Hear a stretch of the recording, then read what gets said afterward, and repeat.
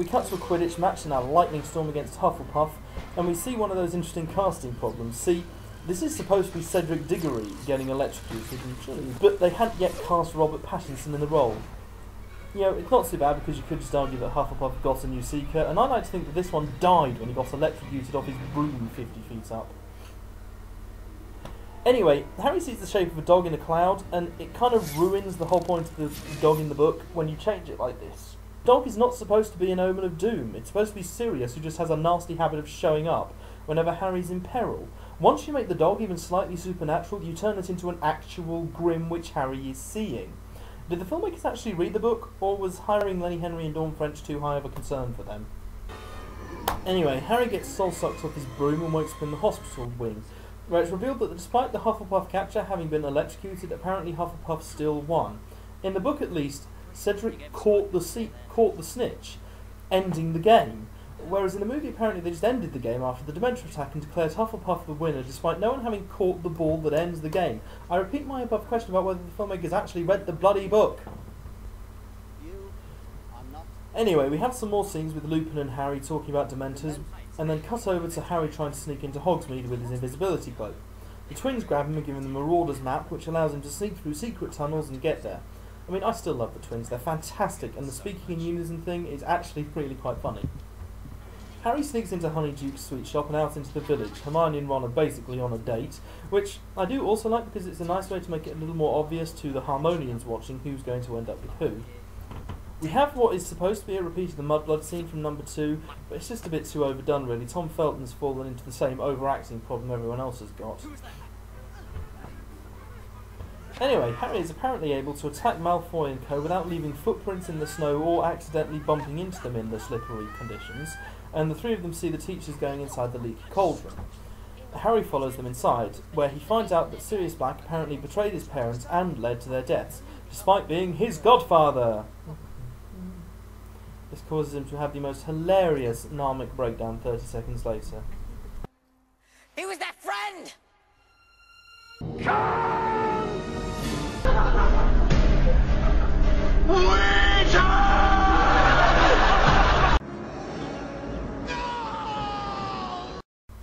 I know I'm being harsh and that they're only child actors, but why shouldn't I hold them to at least some standards? There are other children in other movies who have done much better jobs at acting throughout the years. What happened to these three between numbers 1 and 2 that changed?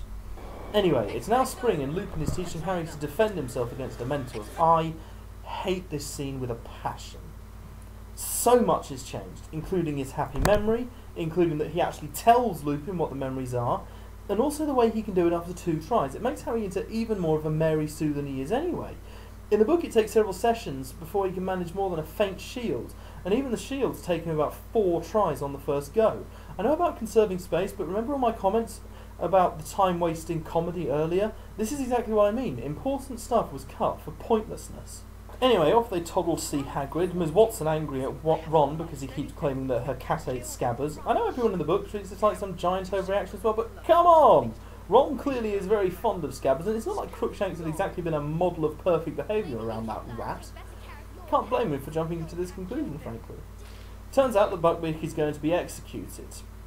While checking the Marauders map later that night, Harry sees that Peter Pettigrew's name is on it, and he decides to go looking for him. Cue one of the most hilarious scenes before Lupin and Snape, where they catch him out and about. Mostly this scene is just taken directly from the book, but it's setting up a payoff that never actually then pays off.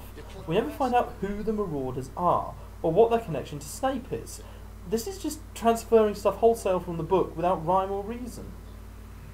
Back to divination, when Ms. Watson walks out because of what she sees as nonsense.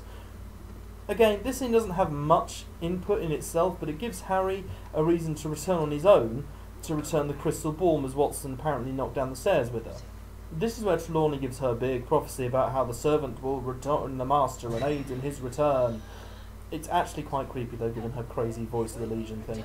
Tonight. Sorry? Tonight, he who betrayed his friends whose heart rots with murder shall break free. Innocent blood shall be spilt, and servant and master shall be reunited once more. Anywho, Ms. Watson is unbelieving as they all jog down to Hagrid's on the night of the execution and say hello to the scene which alerted so many teenage boys that she was suddenly actually going through puberty.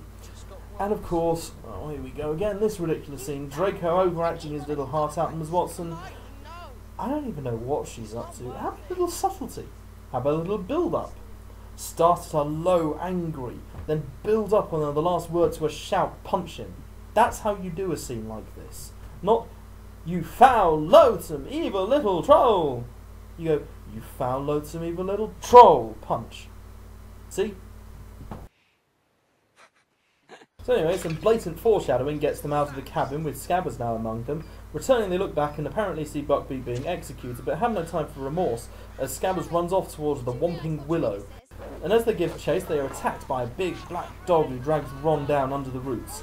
Harry and Ms. Watson have a ridiculous fight against a tree. Seriously, how much strength does she have in her arm before getting dropped into a secret tunnel which leads them into the Shrieking Shack?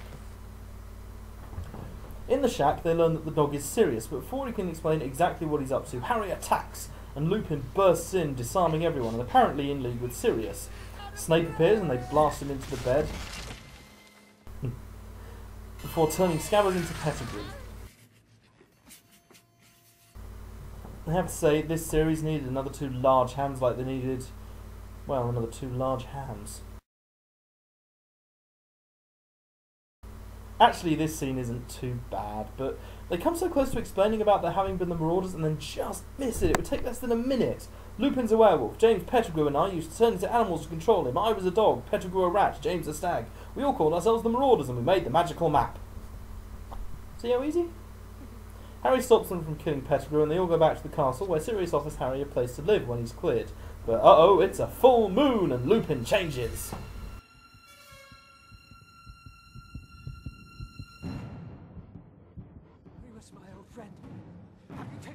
Pettigrew turns himself into a rat, apparently sans clothing, although he materialised with it. Whatever. I love this little bit of Snape characterisation here, but anyway, Dementors. Harry sees someone who thinks is his father, falls unconscious, wakes up in the hospital bay. And this is where the ending fatigue starts to set in. Turns out Ms. Watson's been using a time turner to get to all her lessons, so they go back now to save Buckbeak and Sirius. And I love Daniel's delivery here, it's just so hilariously funny. It's not worth it. This is not normal. I freaking hate Ms. Watson's line here. Is that really what my hair looks like from the back? Come on! It's supposed to be Hermione, you know, plain, homey, doesn't really care about her appearance. It's a really stupid addition, not just because it again takes up more time, but because it takes up more time by changing something fundamentally vital about the character.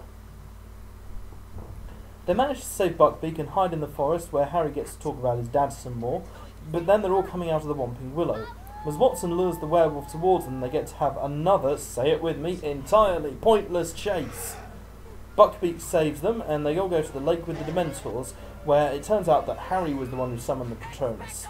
Patronum! They save Sirius, but he has to go into hiding. Harry and Ms. Watson race back to the hospital ward, where Dumbledore makes the act of saying good night unintentionally hilarious. Good night. Lupin resigns, Harry gets a firebolt through the post, which ends the movie with yet another unintentionally hilarious shot of his face plastered over the screen. Is Harry Potter and the Prisoner of Azkaban a good movie? No. I came away from that movie disappointed even on the first day I ever saw it, and I was still one of the biggest Potter nerds in the world.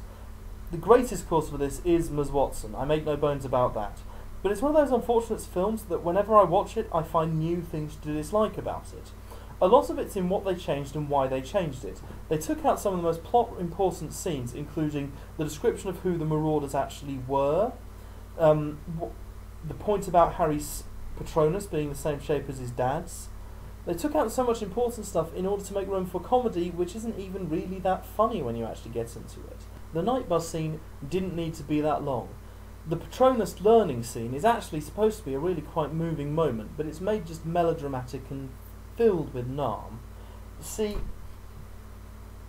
everything they took out was important, and everything they put in was not, and I still don't see why they had to make the changes. And that's really the problem with Harry Potter and the Prisoner of Azkaban, and it's the problem that will go on to be in the other movies. Whatever they took out, they didn't need to, and whatever they put in, they really didn't need to.